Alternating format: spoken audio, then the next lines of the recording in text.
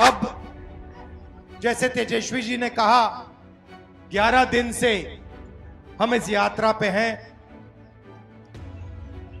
यात्रा का नाम वोटर अधिकार यात्रा, मगर यह सिर्फ वोट का अधिकार नहीं है, क्योंकि अगर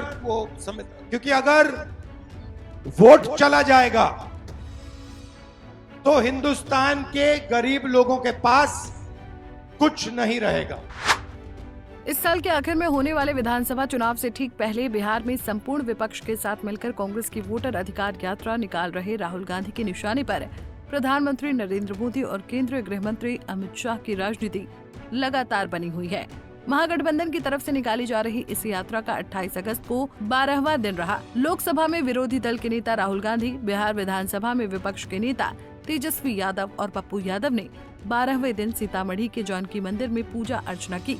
सीतामढ़ी में जानकी मंदिर में दर्शन और पूजा अर्चना के बाद तेजस्वी यादव ने कहा कि आज हम लोग रीगा में हैं। मोदी जी ये बगल में चंपारण में आए थे। उन्होंने कहा था कि यहाँ का चीनी मिल चालू करा करके वहीं का चीनी का चाय पियेंगे। बताओ, मोदी जी ने जो वादा किया वो किए। आज हम लोग रीगा में हैं। मोदी जी ये बगल में चंपारण में आए थे।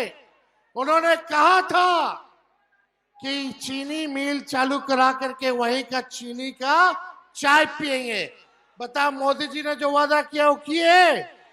लेकिन 17 महीने जो महागठबंधन की सरकार रही, तेजस्वी रीगा आया था 20वें प्रचार में और बोल करके गया था कि अगर हम सरकार में आएंगे तो रीगा का चीनी मिल को चालू कराने का काम करेंगे। और 17 महीने जब हम उप मुख्यमंत्री थे, गन्ना विभाग आरजेडी के कोटे में था। हम लोगों ने मिल करके जो है चीनी मिल की जो है शुरुआत की। लेकिन अभी भी जो वहां काम करने वाले लोग हैं, जो पुराने लोग हैं, उनके साथ नाइंसाफी हो रही है। उनके तनख्वाह को कम कर दिया गया है। बाहर के लोगों को ज्यादा मिल रहा है। हम वादा करके जाते हैं कि अगर हम लोगों की सरकार बनेगी तो जितने मजदूर वर्कर हैं उनकी समस्याओं को भी हम लोग दूर करने का काम करेंगे। कांग्रेस के बिहार प्रभारी कृष्णा अल्लावेरू ने राहुल तेजस्वी के मां जानकी मंदिर जाने पर कहा कि हम हर धर्म और उनके भगवान को मानते हैं। हर धर्म की अच्छी चीजें होती हैं। हम नफरत नहीं फैलाते हैं। बिहार कांग्रेस अध्यक्ष राजेश राम ने कहा, माता रानी की कृपा सभी पर बनी रहे। हम यहाँ लोक कल्याण मांगने आए हैं। देश और बिहार राज्य की तरक्की हो। राहुल गांधी ने कहा कि जैसा तेजस्वी यादव ने कहा कि 11 दिन से हम इस यात्रा पर हैं।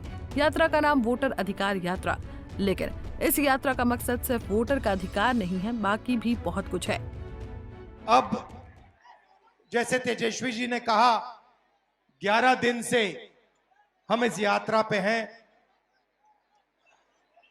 यात्रा का नाम वोटर अधिकार यात्रा, मगर यह सिर्फ वोट का अधिकार नहीं है, क्योंकि अगर वोट चला जाएगा तो हिंदुस्तान के गरीब लोगों के पास कुछ नहीं रहेगा। ये शुरुआत वोट से हो रही है। वोट के बाद राशन कार्ड जाएगा, राशन कार्ड के बाद जमीन जाएगी, जमीन के बाद सारे के सारे अधिकार जाएंगे।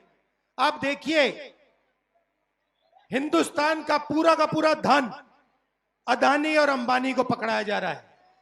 जहां भी आप देखो, जमीन एक्वायर होती है, गरीब से एक्वायर होती है, कमजोर लोगों से एक्वायर होती है और बड़ी बड़ी कंपनियों को दी जाती है। बता दें कि वोटर अधिकार यात्रा की शुरुआत 17 अगस्त को सासाराम से हुई थी।